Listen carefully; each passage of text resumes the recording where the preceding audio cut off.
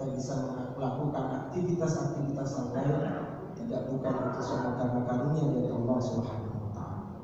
Syukur kita insyaallah akan menjadikan kasih sayang Allah akan semakin bertambah kepada kita, dan yang tidak kalah penting insyaallah Allah akan semakin menambahkan rezeki kepada kita. Untuk itu jamaah rahimakumullah, mari kita senantiasa membimbing diri kita, menjadikan hati-hati kita ini supaya kita nanti terkelompok menjadi orang-orang, menjadi hamba Allah yang pandai bersyukur. Karena tidak jarang dan tidak sedikit pula orang-orang yang sudah diberikan begitu banyak kelebihan oleh Allah, mereka lupa bahwasanya itu semuanya adalah anugerah dari Allah Subhanahu wa taala, sehingga melalaikan kewajibannya untuk bersyukur kepada Allah Subhanahu wa taala. Salawat dan salam terhaturkan kepada Rasulullah Muhammad sallallahu alaihi wasallam, teladan terbaik kita dalam menyongsong dan mengarungi kehidupan ini. Hadirin yang dirahmati Allah, kalau kita perhatikan saat ini salah satu aktivitas yang mulai banyak digandrungi orang, mulai banyak disenangi orang adalah aktivitas perniagaan. Apalagi dengan dimudahkannya segala macam fasilitas, sehingga orang dengan gampang melakukan transaksi jual beli. Satu hal yang diburu dalam transaksi jual beli, dalam perdagangan itu adalah mereka semua berharap mendapatkan keuntungan yang banyak. Bahkan jamaah rahimakumullah, tidak jarang yang karena tergiur keuntungan itu mereka banyak melakukan segala macam cara supaya target keuntungannya bisa terpenuhi. Bahkan sampai cara yang tidak dibenarkan agama pun mereka mau melakukannya. Apa yang diinginkan adalah keuntungan. Tidak ada satupun pedagang yang berharap setelah transaksi perdagangannya itu mereka mendapatkan kerugian. Semua berharap keuntungan. Bahkan kalau perlu sampai menyakiti orang lain pun mereka lakukan, menipu pun mereka lakukan. Bahkan yang tidak kalah ngerinya adalah sampai akidah mereka pun tergadai, maka mereka lakukan. Yang diburu adalah keuntungan. Kenapa sampai seperti itu? Karena memang tidak ada yang menjamin bahwasanya setiap perdagangan itu akan mendapatkan keuntungan. Dunia perdagangan resikonya dua, yang didapatkan kalau tidak rugi yang maka mendapatkan keuntungan. Demikian pula sesungguhnya jamaah rahimakumullah, kehidupan kita ini diibaratkan oleh Allah juga seperti perdagangan. Tetapi yang menggembirakan buat kita ketika kita berdagangnya dengan Allah Subhanahu wa taala, maka Allah memberikan jaminan bahwasanya perdagangan itu akan memberikan keuntungan. Bahkan keuntungannya tidak hanya sekedar 1:2, tetapi keuntungan yang sangat besar. Akan tetapi transaksi yang dilakukan, yang harusnya dilakukan oleh seorang hamba dengan sang Khaliq ini jarang sekali dilirik, jarang sekali diminati.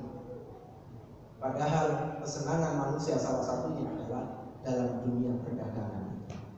Nah, hadirin yang dirahmati Allah, di dalam surat Fatir ayat yang ke-29 dan 30 Allah memberikan gambaran kepada kita untuk bisa masuk ke dalam perdagangan yang tidak merugikan itu. Allah menyebutkan dalam ayat itu 3 hal yang bisa menghantarkan kepada kita dalam perdagangan yang tidak akan pernah rugi. Allah berfirman, "A'udzubillahi minasyaitonir rajim. Innal ladzina yatluna kitaballahi wa aqamus salata wa anfaqu mimma razaqnahum sirran wa 'alaniyatan yarjuna tijaratan lan tabur." Sesungguhnya orang-orang yang senantiasa membaca kitab Allah yaitu Al-Quran, senantiasa mendirikan sholat dan menginfakkan sebagian hartanya yang kamu berikan kepadanya, maka kami anugerahkan kepada mereka itu seperti mereka dalam perdagangan yang tidak pernah merugi. Jamaah rahmatullah, ini jaminan yang diberikan oleh Allah, perdagangan yang tidak pernah merugi. Kalau seandainya yang sekarang lagi ramai itu transaksi online, dan dipastikan jika transaksi online maka tidak akan pernah merugi, semua orang akan berburu untuk ke sana. Tapi tidak ada yang menjamin. Nah, Allah memberikan jaminan kalau kita mau berdagang yang tidak pernah merugi itu, maka lakukan 3 hal. Apa saja yang masuk dalam kategori tijarat lan tabur itu, perdagangan yang tidak merugi itu? Yang pertama, Allah menyampaikan orang yang senantiasa membaca Al-Quran. Jamaah rahmatullah, kebaikan yang banyak akan kita dapatkan ketika aktivitas ini kita lakukan. Nah, kecanggihan teknologi memudahkan bagi kita untuk melakukan itu dimanapun dan kapanpun. Tetapi kecanggihan teknologi juga menyebabkan kita banyak yang tergeser aktivitas kebaikan itu. Saat ini lebih banyak kita jumpai orang-orang yang betah membaca WA daripada membaca Al-Quran. Padahal di alat yang dimilikinya itu kedua-duanya ada. Al-Qurannya ada, WA-nya tidak ada. Tetapi orang lebih senang membaca WA-nya daripada membaca Al-Quran.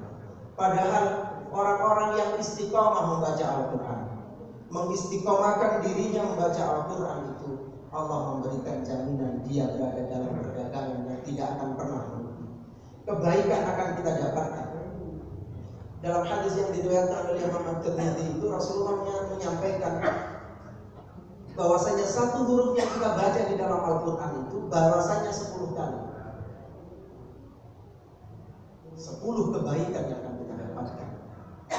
Itu kalau kita mau berhitung-hitung pahala. Tetapi dengan janji Allah yang begitu banyak, dengan janji Allah yang begitu besar itu, masih sulit orang-orang untuk memburunya. Nah, hadirin yang dirahmati Allah, kadang-kala kemudian kita terhambat. Saya sudah tua, sulit untuk membaca Al-Quran. Kita bersyukur sekarang sudah banyak sekali metode-metode yang bisa membantu kita untuk bisa membaca Al-Quran. Al-Quran bukan sesuatu yang sulit untuk dipelajari ketika kita punya kemauan. Buktinya apa? Anak-anak kecil yang belum bisa membaca saja sudah bisa menghafal. Maka peluang ini harus kita ambil. Maka mari kita galakkan, kita biasakan. Kalau dulu zaman kita masih sulit listrik, hampir di setiap rumah ba'da maghrib itu ditemani dengan lampu minyak. Ayah dengan anak saling bergantian menyimak untuk membaca Al-Quran.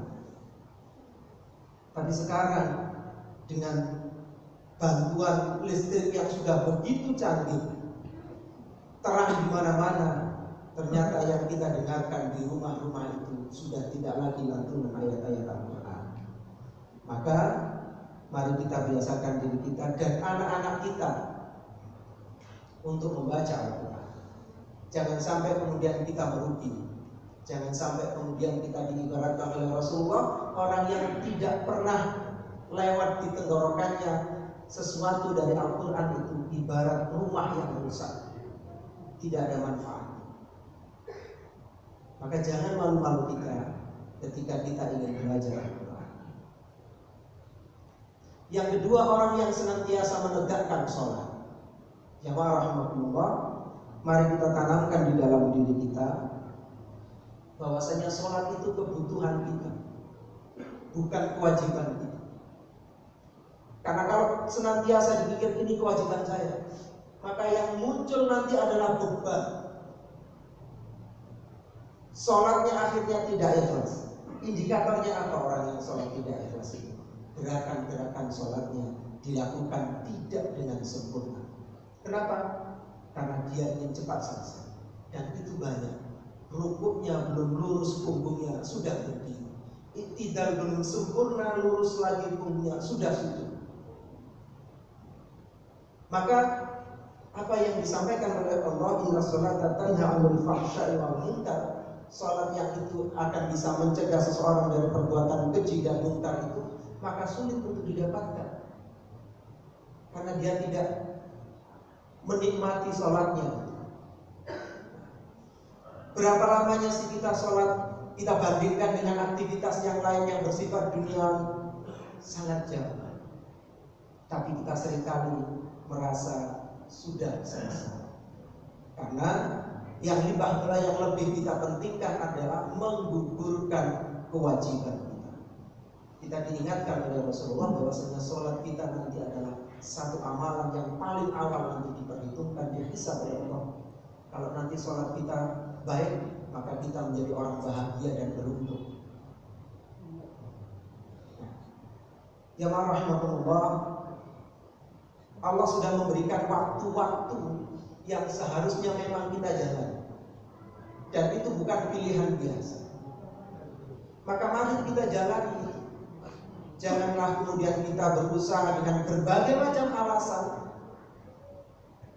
untuk kemudian mengakhirkan sholat kita. Masjid-masjid sudah banyak terbuka pintunya dengan fasilitas-fasilitas yang menyenangkan jamaahnya. Maka mari kita berbondong-bondong setiap kali Allah memanggil kita untuk menunaikan kewajiban kita sholat. Sholat menjadi pertanda bagi kita sebagai seberapa besar syukur kita kepada Allah Subhanahu wa Ta'ala. Bagian dari rasa syukur kita kepada Allah adalah menjalankan kewajiban kita kepada Allah, dan salah satunya adalah kita sholat setiap waktu yang sudah ditentukan. Janganlah jadikan ini beban, karena itulah kesempatan kita untuk berdialog dengan Allah. Kita tumpahkan semua kebutuhan kita, semua keluhan kita kepada Allah dalam sholat-sholat kita dengan doa-doa yang kita baca. Karena itu sekali lagi, mari kita jalankan sholat itu dengan aturan yang benar. Tumak ninanya kita dapatkan. Jangan seperti sholat orang itu seperti ayam yang mematuk, cepat sekali. Tidak dapat apa-apa di situ. Tidak ada bekas apapun ketika orang melakukan gerakan sholat semacam itu. Yang didapat hanya sudah gugur kewajiban saya. Tapi ketenangan dia ketika menjalankan ibadah itu dia tidak dapat. Yang ketiga, hadirin yang dirahmati Allah, orang yang senantiasa menginfakkan hartanya baik secara sembunyi-sembunyi maupun secara terang-terangan. Sedekah yang sembunyi-sembunyi, infak, sedekah yang terang-terangan itu adalah zakat. Nah, jemaah rahimakumullah, kalau kita belajar atau kita mengkaji dari apa yang dilaporkan oleh Basnas misalnya, di antara kebanyakan kita kaum muslim ini, kesadaran zakatnya masih sangat rendah. Masih sangat rendah. Prosentasenya belum sampai mencapai 2% dari jumlah penduduk yang ada. Jamaah rahimakumullah, orang-orang yang senantiasa menginfakkan hartanya di jalan Allah itu bagian dari ketakwaan mereka. Allah menyampaikan di dalam surat Ali Imran ayat yang ke-134 itu, A'udzubillahi minasyaitonir rajim, alladzina yunfiquna fis-sarra'i wad-dharra. Orang-orang yang bertakwa itu adalah orang-orang yang menginfakkan, gemar berinfak baik dalam keadaan lapang maupun dalam keadaan sempit. Dalam keadaan lapang berarti ketika dia sedang diberikan kelebihan harta oleh Allah, maka dia melakukan infak. Untuk apa itu? Supaya tidak muncul sifat kikir di dalam dirinya, tidak berlebihan mencintai harta. Betapa masih banyak orang-orang yang memiliki sifat semacam itu. Harta itu dia anggap sebagai milik pribadinya, padahal itu adalah karunia Allah dan ada hak orang lain di dalamnya. Dia juga senantiasa berinfak dalam keadaan sempit.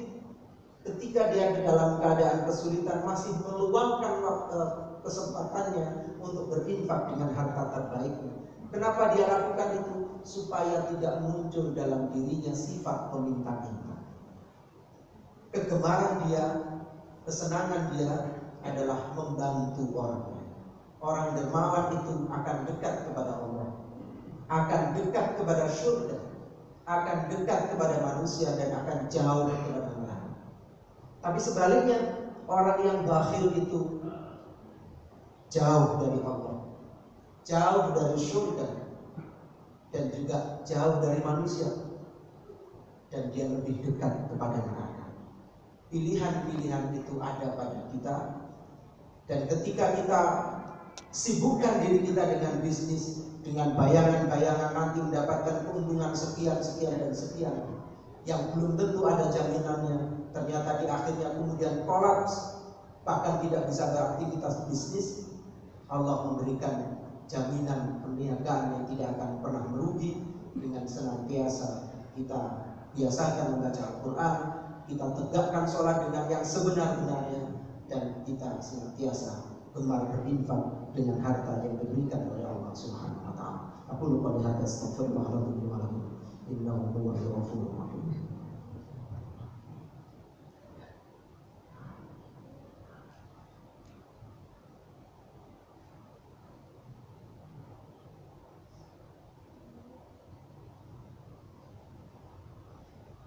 Alhamdulillah hamdan katsiran thayyiban mubarakan fihi. Asyhadu an la ilaha illallah wahdahu la syarika lah wa asyhadu anna Muhammadan 'abduhu wa rasuluhu la nabiyya ba'dahu. Allahumma shalli wa sallim wa barik 'ala nabiyyina Muhammadin wa 'ala alihi wa sahbihi wasallam. Amma ba'd, fa inna asdaqal hadits usikum wa nafsi bi taqwallahi wa ta'atihi la'allakum tuflihun. Jamaah rahimakumullah, di surat As-Saff ayat yang ke-10 sampai 12 Allah juga memberikan penjelasan kepada kita bentuk perniagaan yang bisa menjauhkan kita dari azab yang sangat pedih. Dan di antaranya adalah kita mau menginfakkan harta kita di jalan Allah. Allah berfirman, "A'udzubillahi minasyaitonir rajim. Ya ayyuhalladzina amanu hal adullukum 'ala tijarah tunjikum min 'adzabin 'alim. Tu'minuna billahi wa rasulihi wa tujahiduna fi sabilillahi bi amwalikum wa anfusikum." Apa saja yang menjadikan perniagaan yang bisa membebaskan kita tadi? Allah menyampaikan iman kita kepada Allah. Kita tanamkan kuat-kuat, yang dengan iman itu akhirnya kita bisa banyak melakukan perbuatan baik. Keimanan kita kepada Rasulullah SAW, karena beliaulah yang memberikan pengajaran kepada kita, dan menginfakkan harta kita, berjihad di jalan Allah, baik dengan harta kita maupun diri kita. Mudah-mudahan Allah memberikan kekuatan kepada kita untuk bisa istiqomah di jalan kebaikan, masuk ke dalam kelompok pedagang kebaikan yang nanti senantiasa akan mendapatkan keuntungan yang besar, karena itu sesuai dengan janji yang diberikan oleh Allah Subhanahu wa taala. Dan yang perlu kita yakini, Allah tidak akan pernah mengingkari janji, tinggal keyakinan kita saja. Mari kita berdoa, mudah-mudahan hidayah Allah, petunjuk Allah, dan perlindungan Allah senantiasa diberikan kepada kita semuanya. Allahumma shalli ala Muhammad wa ala ali Muhammad, kama shallaita ala Ibrahim wa ala ali Ibrahim, wa barik ala Muhammad wa ala ali Muhammad, kama barakta ala Ibrahim wa ala ali Ibrahim, innaka Hamidum Majid. Allahumma ighfir lil muslimin wal muslimat wal mu'minina wal mu'minat al ahya'i minhum wal amwat. Rabbana zalamna anfusana wa illam taghfir lana wa tarhamna lanakunanna minal khasirin.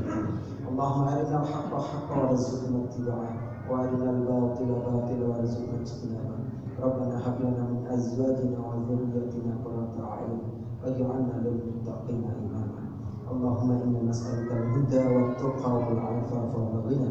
Allahumma inna nas'aluka 'ilman nafi'an wa rizqan wasi'an wa 'amalan mutaqabbal. Allahumma inna nas'aluka as-sihhah wal 'ifah wal amanah wa husnal khuluq wa ridha bil qada. Allahumma inna nas'aluka al-jannata wa ma qarraba ilaiha min qawlin aw 'amalin, wa a'udzu bika minan nar wa ma qarraba ilaiha min qawlin aw 'amalin. Rabbana la tuzigh qulubana ba'da idh hadaytana wa hab lana min ladunka rahmah innaka antal wahhab. Rabbana atina min ladunka rahmatan wa hayyi' lana min amrina rashada. Rabbana atina fid dunya hasanah وفي الآخرة حسنة وقنا عذاب النار وأدخلنا الجنة مع الأبرار يا عزيز يا غفر يا رب العالمين. ربنا تقبل منا إنك أنت السميع العليم وتب علينا إنك أنت التواب الرحيم. وصلى الله على محمد وعلى آله وصحبه وسلم والحمد لله رب العالمين.